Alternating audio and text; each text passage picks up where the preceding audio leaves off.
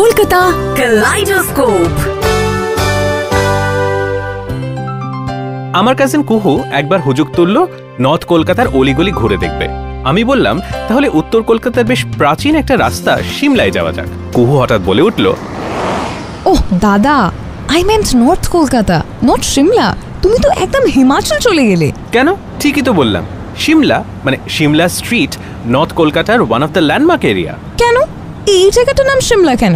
এখানে বরফ পড়ে নাকি? না, বরফ পড়ে না। আসলে ইস্ট ইন্ডিয়া কোম্পানির আমলে কলকাতার যে 38টা গ্রাম তারা নিয়েছিলেন তার মধ্যে Shimla was one of them. একটা সময় এই জায়গা প্রচুর শিমুল গাছে ভরা ছিল, যেটা দিয়ে তুলো তৈরি হতো। অনেকে এই জায়গাকে বলতো শিমুলতলা বা কাপাসডাঙ্গা।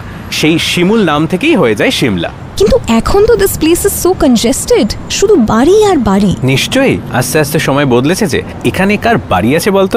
কার? শ্রী নরেন্দ্রনাথ দত্ত, মানে স্বামী বিবেকানন্দ। তাই নাকি? চলো এবার বিবেক ভরা আনন্দ নিয়ে ঘুরে দেখা যাক। এমন সব কলকাতার জানা অজানা তথ্য নিয়ে আমি অরিজিৎ থাকবো কলকাতা কালাইডোস্কোপে, exclusively on YouTube/919 Friends FM podcast।